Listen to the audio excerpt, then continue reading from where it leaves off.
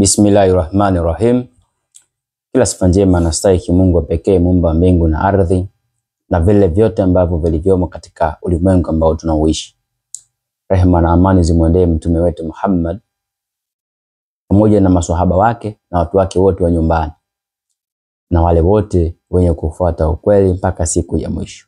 Kadhalika rehema na amani ziwaendee manabii wote wa Mungu aliowatuma katika huu ulimwengu, ikiwemo Masihi bin Maryam ambaye yupo karibu kurejea katika ile mara yake ya pili. Ndugu zangu, mambo mengi saizi yanaendelea katika ulimwengu ambao tunauishi kwa sasa. Kubwa zaidi ni lile ambalo linaendelea pale Mashariki ya Kati.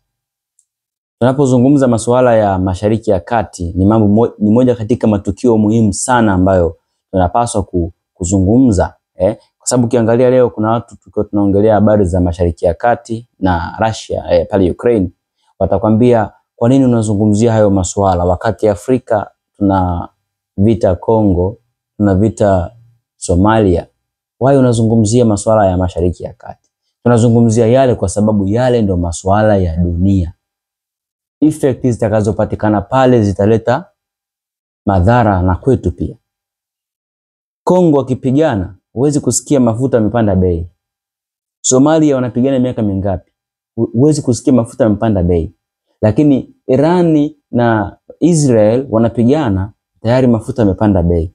Labda huko bado hamjapata bei mpya, lakini hivi karibuni bei mpya itapatikana kwa sababu soko la dunia kwa sasa mafuta yamepanda bei. Kwa pipa moja lililokuwa likiuzwa kwa dola 66 sasa hivi linauzwa dola 75. Tayari bei imepanda mbali sana. Russia na Ukraine kupigana kwao mafuta yalipanda bei, mafuta yaliongezeka bei. Kwa hiyo tunazungumzia yale kwa sababu ni matukio ya dunia. Dunia hii sasa hivi ina watawala. Watawala hao ni kutoka nchi za wapi? Magharibi na wapi? Amerika huko ambako ni Marekani. Marekani ndiye anayeweza kutawala dunia kwa sasa, lakini utawala wake unafikia mwisho sasa. Unafikia ukomo baada ya Russia kutokukubali kutawaliwa naye na kuamini kwamba dunia sasa hivi ina wanaume, sio tu peke yake, asijione yeye ndo kidume. Dunia ina wanaume. China nao wanajiweza, Russia wanajiweza, kwa wanakataa kutawaliwa. Anyway, twende kwenye point husika. Iran tumeona hivi karibuni wakitoa mashambulizi, wakiwashambulia Israel.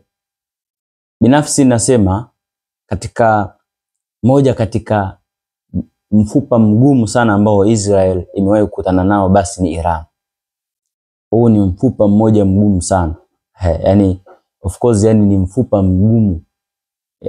Ijapokuwa ndio kwa mujibu wa maandiko na ishara Iran atapigwa na Israel mwishoni, lakini tunavyoona varangati linaendelea tuna enjoy of course anavomtaabisha huyu Juja. Lakini end of the day Iran atapigwa. Lakini mwanzo wake lazima ashinde kama ambavyo tunashuhudia. Kingine nimeona baadhi ya Waislamu wakihusisha tukio hili kama tukio la ambalo Mtume alizungumza. Mtume sallallahu alaihi wasallam alilozungumza kwamba litatoka jeshi katika eneo la Khurasan litakalokwenda kuikomboa Jerusalem, Masjid al-Aqsa pale katika mji wa Jerusalem.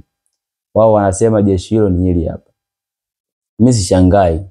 Kauli hii ni kama kauli ile ya mara ya kwanza iliyokuwa kipindi kile Hamas inaanza kuwashambulia Israel.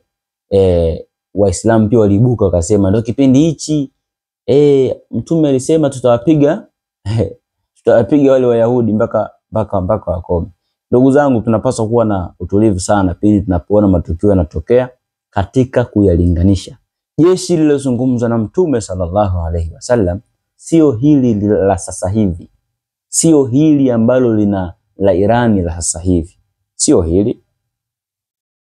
Sio jeshi ambalo Mtume sallallahu alaihi wasallam alizungumza kwamba litakuwa limeambatana na kiongozi wa Waislamu wa wakati huo ambaye atakuwa akiitwa Imamu al-Mahdi. Sio hili. Kwa hivyo hili la sasa hivi la Iran, of course Iran ina nguvu kubwa sana kivita. Sana.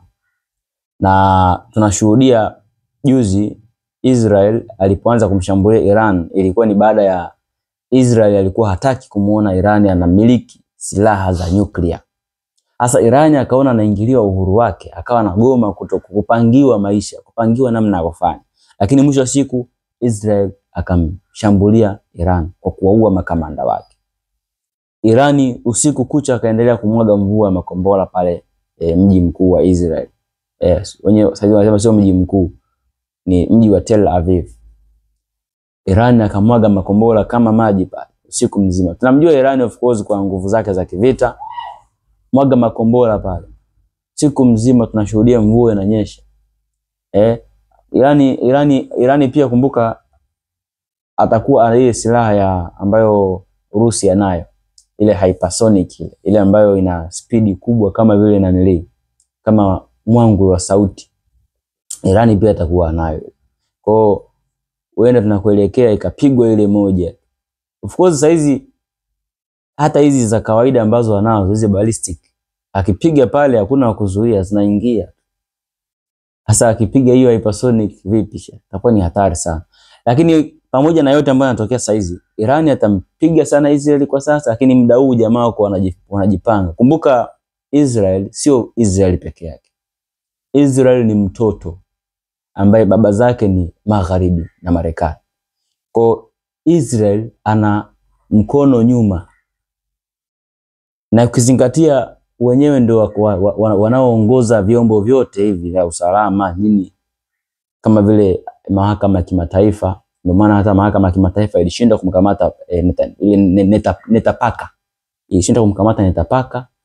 Ukiangalia UN ya kwao, maana juzi Marekani ametumia kura yake ya turufu bila kizuizi na hakuna aliyeweza kumuongelea. Yani kiufupi Israel ni kama vile katawi ka nchi za Magharibi na Marekani. Kwa hivyo mwisho wa siku hawa jamaa watashinda.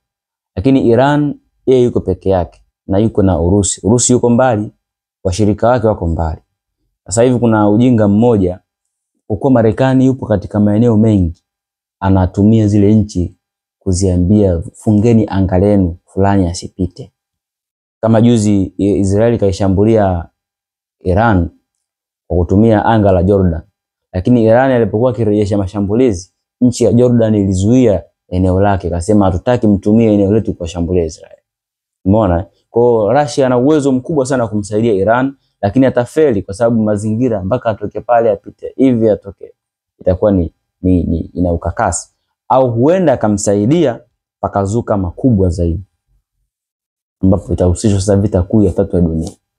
Kwa hivyo ndugu zangu, of course kinachoendelea pale Iran kwa sasa pale Mashariki ya Kati sasa hivi bwana wanaendelea kupigana. Lakini nje na hapo, jeshi la Israel jana limetoa ramani ambayo inaonyesha lile eneo la ambalo zamani palikuwa na taifa la Palestine. Kwa sasa hivi Palestine haipo tena. Ramani hiyo nitaiweka hapo, utaiona. Sasa hivi lile eneo halipo tena. Sasa hivi bwana wameweka ramani ambayo Israel ina cover mpaka kule West Bank kwa ujumla. Kwa hivyo hali iliyopo inasikitisha sana. Of course muda uliobakia ni mchache sana. Haya matukio ni ishara. Usione kama ni sehemu ya maonyesho au mbwembwe. Ni ishara kutosha kwamba tunakoelekea ndugu zangu, tunaelekea katika ule ukingo. Tunapaswa kuwa na maandalizi kwa wale ambao tumekuwa pamoja kwa muda mrefu. Si mkono tunaongea tu kama vile tunafurahisha au tunajifurahisha nafsi zetu. Tunapaswa kuwa na maandalizi kwa sababu tunakoelekea ndio mwisho wenyewe. Tunapaswa kuwa prepared kwa sababu hivi karibuni matukio haya yanavyoendelea kutokea yanaashiria uwepo au ujio wa Imam al-Mahdi kwa hivi karibuni, na atakapojitokeza tumefahamishwa kwenda kuungana naye. Allah mwenyewe ndiye anayejua zaidi. Lakini mwisho kabisa malizie, sasa hivi Iran anamshambulia, lakini pamoja na kumshambulia atakuja kupigwa na hawa Juja, hawa Wayahudi, kutokana na kwamba wao wana support kubwa. Lakini Mtume amezungumza mapigo pigo kubwa litawakumba Mayahudi hawa Juja hawa. Pigo kubwa litawakumba kipindi gani? Waislamu watakaowapiga Juja, Waislamu watakaoipiga Israel, sio Waislamu wanaopigania ardhi, sio Waislamu wanaopigania kisasi. Waislamu watakaoipiga Israel na kuisambaratisha katika uso wa dunia ni wale Waislamu watakaokuwa wanapigania dini ya Allah, watakuwa wanapigania haki ya Allah. Chelewa. Waislamu hawa watakuwa wakiongozwa na Amirul Mu'minin Khalifa Imamu al-Mahdi. Hawa ndio Waislamu watakaoshinda vita dhidi ya hawa Juja. Waislamu hawa wataanza kuikomboa Uturuki irejee kwenye mikono ya Waislamu. Waislamu hawa ndio watakaoongoza kasi kwenda kuikomboa Masjid al-Aqsa, msikiti ambao upo katika mji wa Jerusalem. Kwa hivyo Waislamu watakaoshinda vita, ndugu zangu, sio hawa ambao wanapigania ardhi au visasi.